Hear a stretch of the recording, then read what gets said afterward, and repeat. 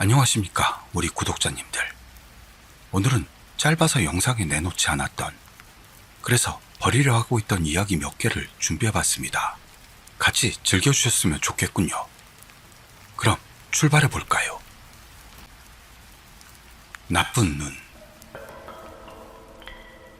직장 동료가 대학생 때 M군이라는 남친이 있었답니다. M군은 눈이 나빴는데요. 눈이 나쁘다면서도 안경이나 렌즈를 쓰지도 않았고 시력을 측정하면 양쪽 모두 1.5 정도였다네요. 그런데 왜 눈이 나쁘냐 하면 잘못 볼 때가 많았다는 것. 어느 날은 하며 갑자기 큰 소리를 내서 놀란 동료가 왜 그래? 하고 부르니 도로에 사람이 쓰러져 있어 하길래 쳐다봤더니 담요가 도로에 떨어져 있던 일이 있었다고 합니다. 어느 날은 죄송합니다 선생님 해서 뭔가 했더니 전신주가 초등학교 선생님으로 보여서 거기에 부딪혔다고 생각해 갑자기 사과했다고요. 어느 날은 위를 보고 싱글대며 손을 흔들길래 누가 있었어? 물어봤더니요. 저 집 2층에서 아이가 손을 흔들고 있어 합니다. 그래서 봤더니 창가에 장식되어 있던 인형이었다는데 그런 일이 수도 없었다고 합니다. 그 중에서도 제일 놀랐던 건 쇼핑몰에서 쇼핑 중 동창인 땡땡이야 얘기 좀 하고 올게 하고 달려갔고 금방 돌아와서는 착각이었어 가게 앞에 있는 포스터였어 했던 일도 있었다고 합니다.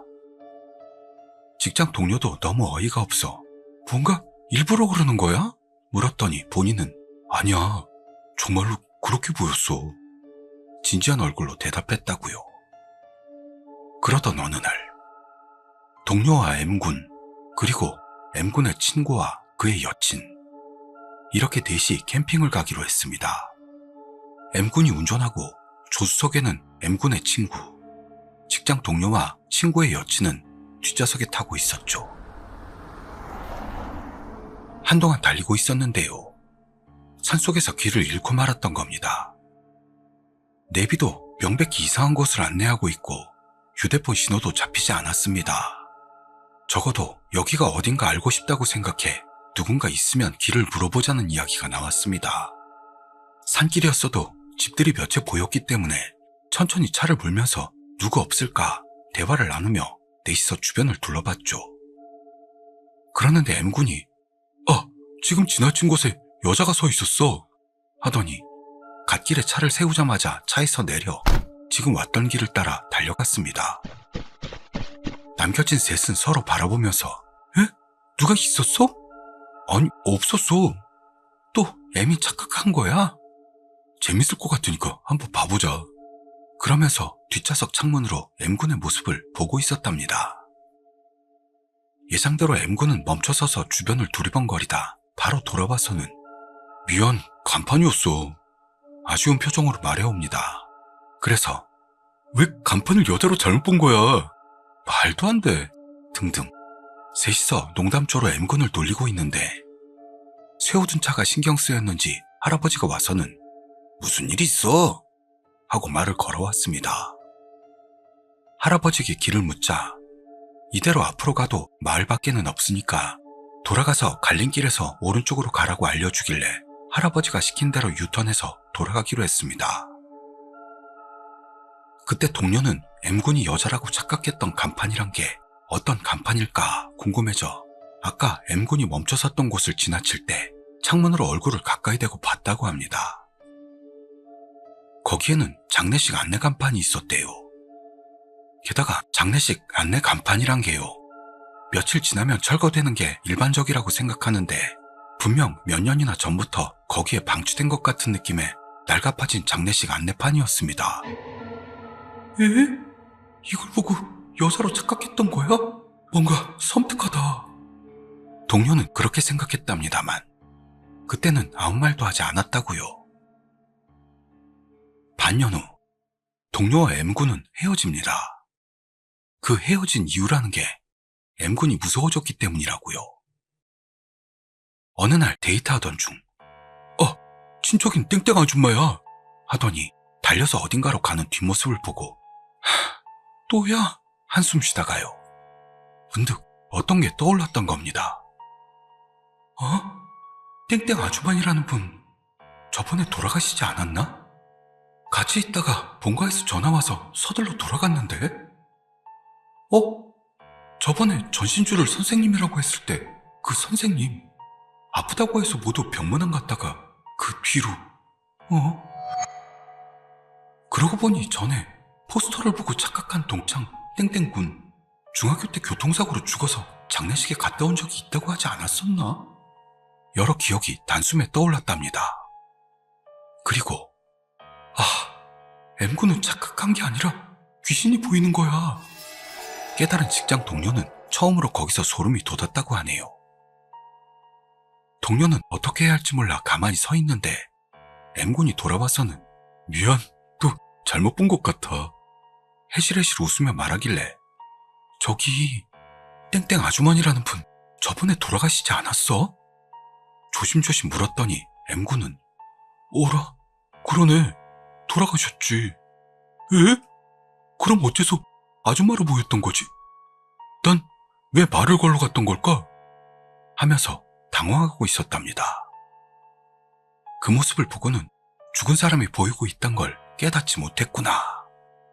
점점 무서워진 동료는 그 자리에서 이별을 고했다고 합니다.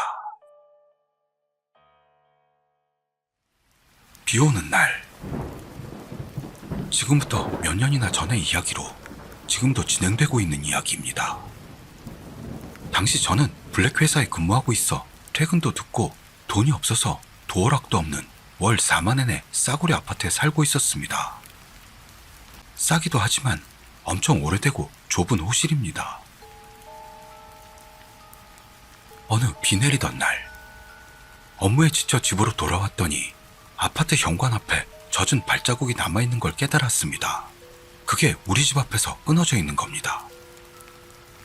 이상한 생각은 들었습니다만 피로에 지쳐 있어 아마 착각이겠지 생각. 그날은 그대로 잠들고 말았습니다. 그 후 발자국 사건은 잊어버리고 있었는데요. 다시 비가 오는 날에 똑같은 발자국을 발견했습니다. 그러고 보니 전에도 그랬지. 좋지 않은 기분이 들었습니다만 발자국이 초딩 정도 되는 어린애 것이라서요. 애가 장난친 건가? 생각하기로 하고 되도록 신경 쓰지 않도록 했습니다.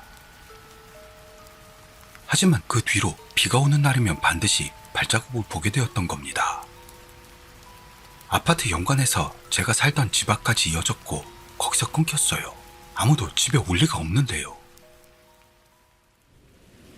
어느 날 밤 비가 세차게 내리던 중 직장에서 돌아왔더니 언제나의 발자국이 있었습니다. 또야? 하며 집 현관문을 열고 안으로 들어간 순간 등골이 얼어붙었습니다. 발자국이 집 안까지 이어져 있었던 겁니다. 문은 잠그고 나갔고 여벌키를 건네준 상대도 없습니다. 영문을 모른 채 저는 부들대며 발자국을 따라갔죠. 그건 옷장 앞에서 끊어져 있었어요. 심장이 쿵쾅쿵쾅. 손에선 땀이 멈추지 않으면서 조심조심 옷장문에 손을 댔습니다. 차갑고 축축한 느낌이 나서 손을 빼고 싶으면서도 과감히 문을 열었더니 안은 텅 비어 있었습니다. 하지만 옷장 바닥에요. 작고 젖은 발자국이 뚜렷이 남아 있었습니다. 그날부터 기묘한 현상은 점점 늘어났습니다. 샤워를 하고 있으면 어느새인지 창문에 손자국이 찍혀 있습니다. 보고 있는 동안은 찍히지 않는데 깨닫고 보면 거기 있어요. 집주인에게 상담도 해봤는데요. 그런 이야기는 들은 적이 없어 하며 상대도 해주지 않았습니다. 도저히 견딜 수 없게 된 저는 이사를 결심했죠. 좁은 집이지만 가구가 많아 짐 싸기가 힘들었는데요. 이젠 여기를 나갈 수 있다고 생각하니 이상하게도 상쾌한 기분이 들었습니다. 이사 준비도 거의 끝 무렵 마지막 짐을 내다 놓으려 할 때 뒤에서 차가운 시선이 느껴졌습니다. 주변 공기가 습해져서 문득 뒤를 돌아봤더니요. 거기에 흠뻑 젖은 소녀가 서 있었습니다. 머리카락은 헝클어져 물방울이 뚝뚝 떨어지고 무표정인 채로 제 쪽을 바라보고 있었습니다. 가지마. 작은 목소리가 들린 순간 온몸에 피가 얼어붙는 것 같았습니다. 다음 순간 그 여자의 모습은 사라져 있었어요. 그 뒤로는요, 이사한 집에서도 비가 오는 날에는 젖은 발자국이나 손자국이 나타나게 되었습니다. 이젠 포기하고 비가 오는 날엔 걸레를 준비하며 살고 있습니다. 깽깽이 할머니. 어릴 적 가까운 산이 놀이터로 매일같이 근처 사는 또래 친구들과 같이 거기 가서 놀았습니다. 이 산에 일반 코스와는 다른 길과 숲을 지난 곳에는 수수께끼의 폐가가 있었고 우리에게 있어서는 멋진 놀이터였죠. 작은 산이어서 우리는 길이 있는 곳과 없는 곳을 모두 알고 있었습니다. 산은 어떤 의미로 우리가 서열 최상위에 있을 수 있는 독점 무대였습니다. 하지만 우리에게도 천적이 있었어요. 그게 깽깽이 할머니였습니다. 폐가에 살고 있던 것 같은 나이 많은 불황자로 별명 그대로 다리가 한쪽이 없었습니다. 깽깽이 할머니는 우리에게 간섭하지는 않았는데요. 우리가 산에서 놀 때 시야의 끝단에 자주 잡히는 게 기분 나빴습니다. 하지만 호기심이 왕성한 애들에게 있어 딱 맞는 소재였던 것도 사실이었고, 얼마나 깽깽이 할머니의 생태를 알고 있는지, 얼마나 깽깽이 할머니가 모르게 가까이 갈 수 있는지가 일종의 개인 레벨 테스트 같은 것이 되어 있었습니다. 내가 아는 한 어느 한쪽이 다른 한쪽에게 말을 걸었던 적은 아예 없었어요. 그날 우리는 숨바꼭질을 하게 되었습니다. 숨을 수 있는 범위는 산 전체. 엄청나게 광범위한 듯 들리겠지만 실은 이 산에 마땅히 숨을 수 있을 것 같은 범위란 극히 제한적입니다. 무슨 말이냐 하면요, 술래는 숨을 수 있는 장소를 돌아다닐 뿐이라는, 숨는 쪽에 있어서는 거의 운에 달린 놀이라는 거죠. 그만큼 숨을 곳이 없다는 말입니다. 그래서 나는 그 숨을 장소 중 하나인 폐가에 숨기로 했습니다. 폐가 벽에는 녹슨 철판이 기대어 있었고 나는 그 철판 뒤로 들어가 숨었습니다. 귀를 기울이고 있자 땡땡짱 찾았다 하는 목소리가 멀리서 들리기도 하고, 그 목소리 나는 방향으로 술래가 지금 어디 있는지를 추측하며 두근두근대고 있었죠. 그리고 술래가 점점 다가왔고 제발 딴 데로 가라 생각했지만 슬슬 내 차례가 왔구나 하는 생각이 들었을 때 땡땡 할머니가 기지 쪽으로 갔어. 라는 술래의 외침이 들려왔습니다. 기지라는 건 내가 숨어있는 폐가를 말하는 겁니다. 우리는 거길 비밀기지라고 부르고 있었거든요. 하지만 이건 가짜로 속여서 숨어있는 사람을 끌어내는 술래의 작전일 수도 있고요. 비록 사실이라고 해도 이건 깽깽이 할머니를 바로 옆에서 관찰하고 영웅 레벨이 될 기회다. 그렇게 생각하고 나는 그대로 숨어 있었죠. 타닥, 타닥, 타닥. 정말로 깽깽이 하는 것 같은 발소리가 들려온 건 바로 그때였습니다. 그 시점에서 이미 후회가 물밀듯이 탁, 타닥, 타닥. 한쪽 다리로 낙엽을 밟는 소리가 벌써 폐가 바로 앞. 나에게서 5m 정도밖에 떨어져 있지 않은 곳까지 다가오고 있습니다. 들키면 죽는다. 그런 생각에 사로잡혀 나는 이미 완전 쫄보가 됐습니다. 거기서 나는 그만두면 됐을 텐데 갑자기 숨은 곳에서 뛰어나와 전속력으로 달아나는 선택을 한 겁니다. 뛰쳐나가자마자 깽깽이 할머니 쪽은 절대 보지 않으려고 하면서 필사적으로 친구들이 있는 곳으로 도망쳤습니다.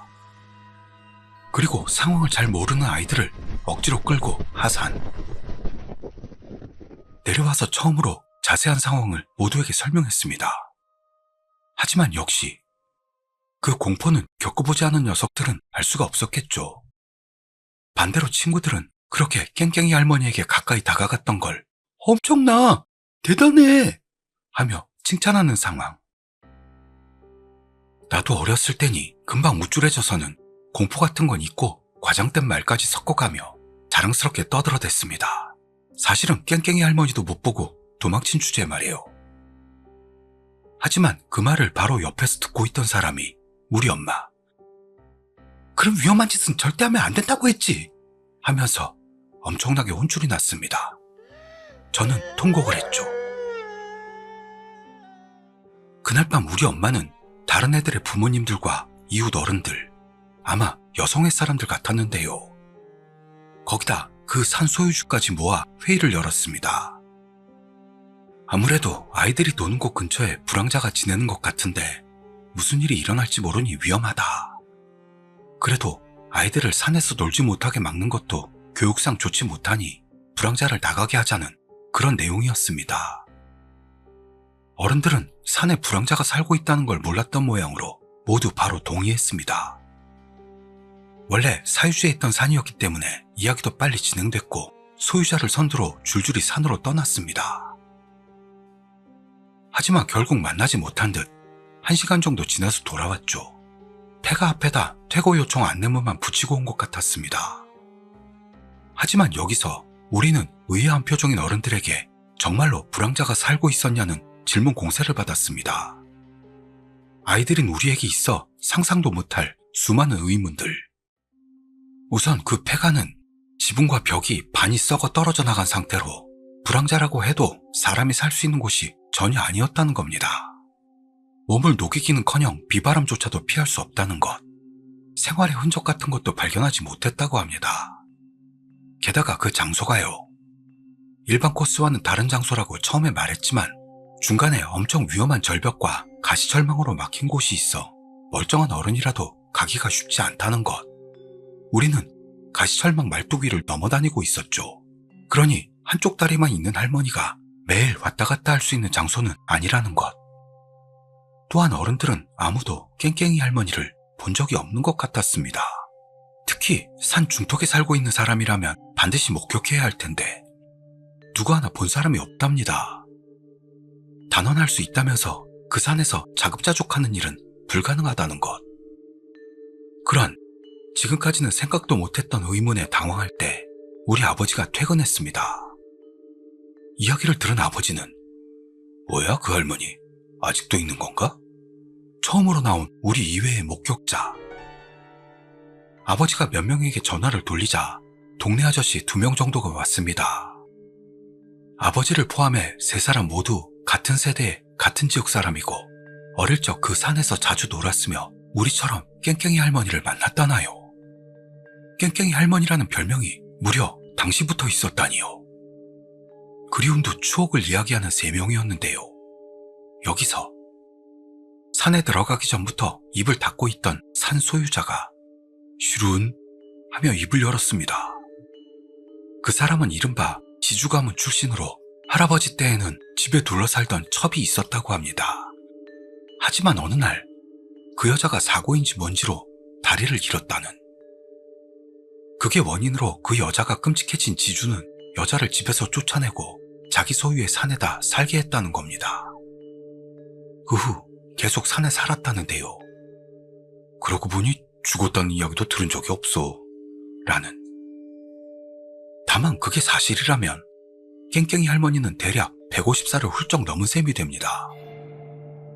거기다 그 폐가도 원래는 뭐였는지 모르겠습니다만 30년 정도 전쯤에는 산을 정비하기 위한 도구 보관소로 사용되었고 그때도 이미 아무도 살고 있지 않았다고 하네요. 아까까지는 신나서 떠들던 아저씨 3명도 여성의 아줌마들도 그 말을 듣고 말문이 막혔습니다.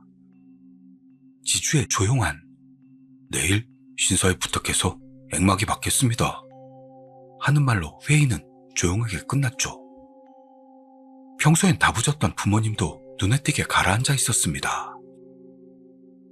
그 이후로 우리는 깽깽이 할머니를 볼 수가 없었어요. 그 할머니가 뭐였는지는 아직도 알 수가 없네요. 과연 150살이 넘은 할머니였는지 아니면 어떤 귀신이었는지. 다만 아직도 그 투둑투둑 하는 발소리는 절대로 잊을 수가 없습니다. 지금도 그 산에서 귀를 기울이면 어딘가 멀리서 이쪽을 향해 다가오는 한쪽 발소리가 들리는 것 같아 무서워서 어쩔 수 없네요. 오늘은 버리기 아까운 제가 모아뒀던 이야기를 가져와 봤는데요.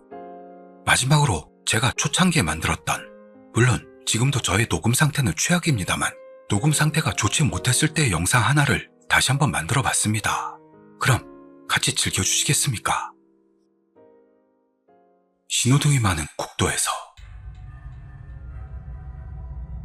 K씨는 겨울 어느 날 친구와 둘이 남자들끼리 드라이브를 나갔다고 합니다. 목적지를 100km 정도의 거리로 정해놓고 한밤중에 출발. 그러다가 중간에 어느 국도로 들어서게 되죠. 가로등도 거의 없어서 상향등을 올려도 앞이 잘 보이지 않는 것에 비해 신호등이 쓸데없이 많았다고 합니다. 그 길은 어떤 타이밍에 적신호에 걸리게 되면 그 다음 신호들도 계속 차례차례 적신호에 걸리게 되어 차를 세울 수밖에 없게 되는 도로로 운전자들에게는 악명이 높은 곳이라고 합니다. 거기다 인가나 가게 같은 것도 없는 적막한 곳이었다는데요.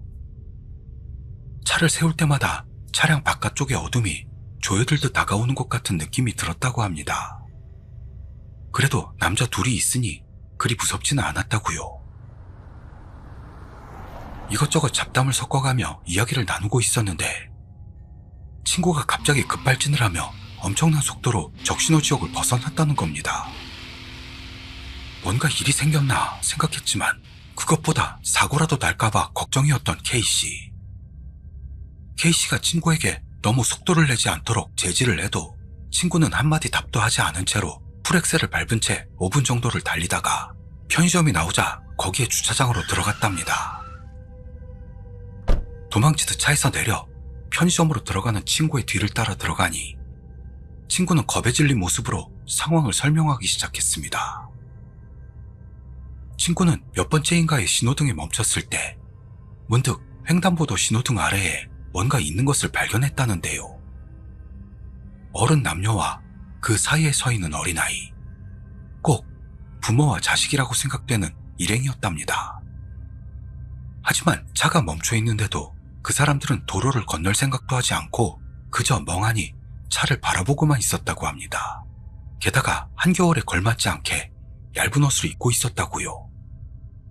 기분 나쁘게 생각되었지만 친구가 그 사람들의 존재를 눈치챈 그 시점에서 신호가 파란불로 바뀌는 바람에 차를 출발시켜서 그다지 마음에 둘 여유는 없었답니다. 그리고 다시 한 번의 적신호. 거기에는 다시 그 가족이 있었던 겁니다.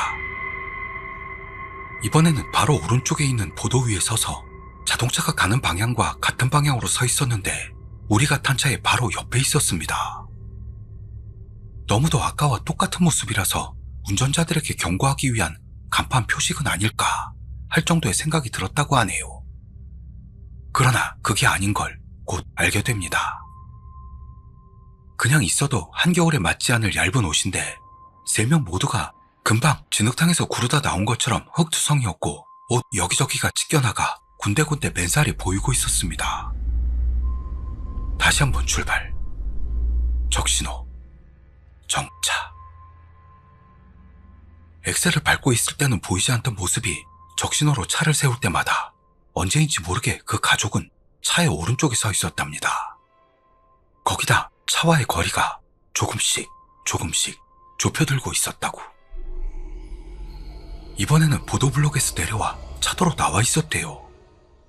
신발도 신지 않은 맨발은 발가락 하나 꼼지락대지 않았지만 분명한 것은 이젠 우리 차 쪽을 향하고 있는 겁니다. 이러다간 큰일 났다. K씨의 친구는 여기서 급발진을 시도한 거죠. 그 후 여러 개의 신호등을 적신호에 걸리지 않고 빠져나오지만 마지막 신호등은 거의 적신호에 걸릴 뻔했다고 합니다. 그 순간 친구는 문득 곁눈으로 그 가족이 차 안을 들여다보고 있는 걸 보게 됩니다. 그 부모와 아이에게는 얼굴이 없었다고 합니다. 3명 모두 마구 껍질을 깎아버린 사과처럼 얼굴이 온통 울퉁불퉁했고 눈도 입도 코도 없었다고 합니다. 그 다음은 K씨가 알고 있는 그대로 편의점 주차장으로 들어온 겁니다. K씨의 친구는 장난치고 있는 것 같진 않았다고 합니다. 빨리 이곳을 벗어나는 게 좋지 않겠냐는 K씨의 제안에 친구는 멈출 때마다 점점 가까이 왔다니까 지금 차로 돌아갔는데 만약 뒷좌석에 앉아있다면 네가 책임질 거냐? 하고 맞받아쳤다고요. K씨도 친구도 줄곧 편의점 창문을 사이에 두고 가까운 거리에 주차해놓은 차 쪽을 일부러라도 쳐다보지 않았다고 합니다. 날이 밝을 때까지 편의점 판매대의 잡지들을 들었다 놨다 읽어대는 두 남자로 인해 알바생은 졸지도 못하고 상당히 곤혹스러워 보였다고 합니다.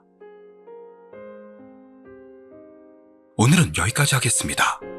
좋은 하루 보내시길 빕니다.